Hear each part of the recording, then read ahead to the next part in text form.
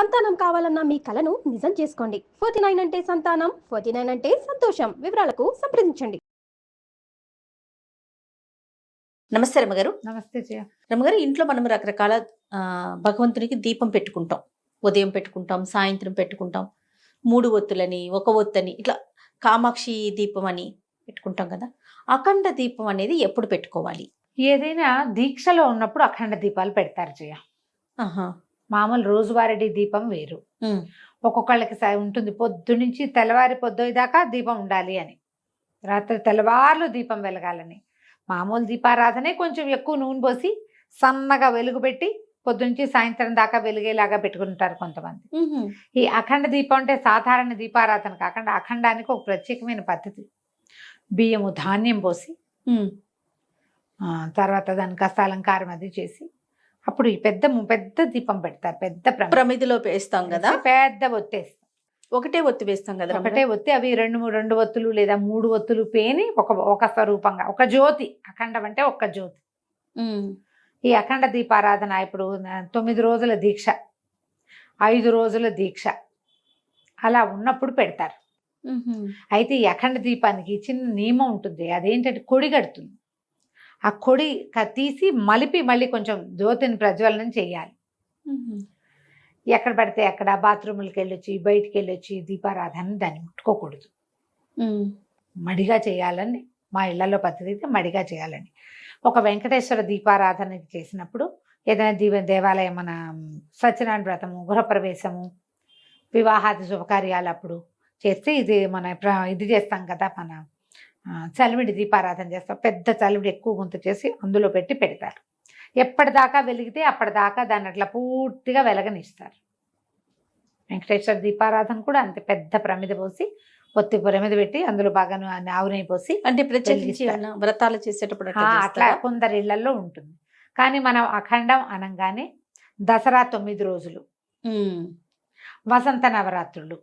వసంత నవరాత్రులు అంటే చైత్ర శుద్ధ పాడ్యమి పండగ నుంచి మొదలుపెట్టి రాముల వారి పెళ్లి పండగ, పట్టాభిషేకం, దశమి నాటి దాకా ఉంచుతారు. ఇవి మనం సాధారణంగా ఇళ్లలో కంటే దేవాలయాల్లో చూస్తాం.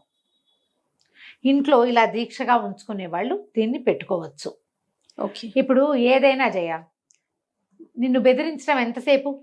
అంతే కదా రమ్మగారు, ఒక్క మాట ఇప్పుడు నా వీక్నెస్ ఏదో తెలిసిందంటే వెంటనే బెదిరించవచ్చు. బెదిరించడం చాలా సులువు. బెదురుకి లోనైన వాళ్ళు ఏమైపోతారు అనేది వాళ్ళ ఫేట్. అంతే. ఒక్కొక్కళ్ళు పిచ్చ టెన్షన్ పడిపోతారు. అవును. ఈ అఖండం ఆరకూడదు చెప్పాము, అది మలకూడదు, ఉంచాలి. ఉంచగలిగితేనే పెట్టు. నువ్వు పెట్టాలి, అది మలకూడదు. నువ్వు ఒళ్ళు దగ్గర పెట్టుకోవాలి అంటే పెట్టకపోయినా పర్వాలేదు. రోజువారీ దీపారాధన చేసుకోండి. ఇంట్లో 4 పెద్దవాళ్ళు ఉండి, నీకు వెన్నుదన్ను ఉండి, ఇంట్లో పని చేసుకునేందుకు అవకాశం ఉండి, నువ్వు బయటికి వెళ్తే నీ ఇల్లు దీపాన్ని కనిపెట్టుకుని ఉండేందుకు ఇంట్లో పెద్ద దిక్కుంటే అప్పుడు నువ్వు అఖండం పెట్టుకోవాలి. ఏ అవకాశం? నువ్వే అసలు ఇంట్లో నుంచి బయటకు వెళ్ళవు, నీకే పరమ శ్రద్ధ, నీకు అదేదో నువ్వేమిటో చాలా చేయగలవు పాపం నువ్వు. అలాంటప్పుడు పెట్టుకో. నీకు భయం ఉంటే చేయకూడదు ఇలాంటివి. అమ్మో నెత్తణిస్తుందని. నెత్తణించడం కాదు, చటుక్కున కరెంటు పోయిందని ఒక్కసారి ఏమవుతుంది? మన పరిస్థితి అంధకార బంధనం అయిపోదు. దీపం వెలిగినా అంతేనమ్మా. భయపెడితే ఎట్లా? అసలు చేయటం మానేస్తారు కాదు మరి. అంతే కదా. నేను ఎప్పుడు నాకు ఒకటే సిద్ధాంతం ఉంటుంది జయ. మీరు ఇది ఎక్కడ చదివారు అని అడిగారు ఎవరో నన్ను. ఎక్కడైనా చదవాలా? ఆలోచించాం మనం. చదవాల్సిందేనా మనం? రోజువారీ దీపారాధన చేసుకో. అదేంటండి 10 రోజులకు అఖండం పెట్టాలి మీరు చెప్పలేదు, పెట్టకపోయినా పర్వాలేదు అని అలా ఎలా చెప్తారు మీరు? పెట్టాలి. అసలు 10 రోజులు చేయక్కర్లేదు. మీరెవరు కూడా చేయక్కర్లేదు. మీ ఇంట్లో లేకపోతే చేయక్కర్లా. మరి అది కూడా చెప్తున్నాగా. ఇలా అడిగి ఉంటే దానికి చెప్తున్నా, నువ్వు చేయగలిగి నీకు ఇంతమంది ఉంటే మీరు ఇంట్లో అఖండం పెట్టుకోవచ్చు. ఓకే. ఇవి కాకుండా ఇంకా సప్తాహం చేయాలనుకుంటాం మనం. ఏదైనా భాగవత సప్తాహం 7 రోజుల భాగవతం చదవదలుచుకున్నాం మనం. ఓకే, చేయొచ్చు. కృష్ణాష్టమికి ముందు ఎప్పుడో మొదలు పెట్టుకుని చేసుకోవచ్చు. లేదా ఏ బాబా గారి పారాయణో చేస్తారు, గురు చరిత్ర పారాయణ 7 రోజుల్లో చేయదలుచుకున్నాం. అలాంటప్పుడు కూడా మీరు అఖండం పెట్టుకోవచ్చమ్మా. మీకు ఈ వనరులు ఉండాలి. ఎవరైనా మీ దీపాన్ని సంరక్షించే ఇంకో మనిషి మీతో పాటు, మీకు ఇంట్లో చిన్నపిల్లలుండి, మీరు సేవ చేయవలసిన వృద్ధులుండి, మీకు ఉద్యోగం ఉండి, అలాంటప్పుడు పెట్టుకోవద్దమ్మా. చేయబోకండి. చేయటం వల్ల చేయగద్దు అంటే మానేయమని అంటల్లా, మీకు చేయగలిగితే అనే క్లాజ్ ఉంది. ఎస్. మనం అది చేయలేమనుకుంటే చక్కగా 2 పూట్ల దీపారాధన చేసుకోండి హాయిగా. ఈ అఖండం పెట్టి ఇంత దీపం పెట్టి దాన్ని కాపాడాల్సి వచ్చి కాపాడలేకపోతే దిగులు పడి బాధపడి లేనిపోని టెన్షన్లు తెచ్చుకుని మనకు ఉన్న టెన్షన్లు జాలనట్టు మరి ఎందుకు వచ్చిన గోల? ఆ గోల్లోకి దిగద్దు.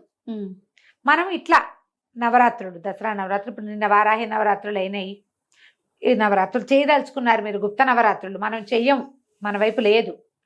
కాకపోతే మీకు చేద్దామని ఏదో ఒక ఆసక్తి కలిగింది, అమ్మ అనుగ్రహం లభిస్తుందని భావిస్తున్నారు. ఓకే. 9 రోజులు పెట్టుకోండి. రేపు మళ్ళీ మాఘమాసం, మళ్ళీ మాఘం వస్తే మళ్ళీ వస్తాయి. ఇంకొక 2 నెలలు పోతే ఇవి వస్తాయి.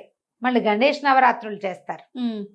కావాలంటే అట్లాంటి రోజుల్లో ప్రత్యేక దినాల్లో చేయగలిగితే చేయొచ్చు. 5 రోజులు చేయదలుచుకుంటాం, 5 రోజులు అఖండం పెట్టుకుని చేయదలుచుకోవచ్చు, చేయొచ్చు. చండీ పారాయణ చేయటం.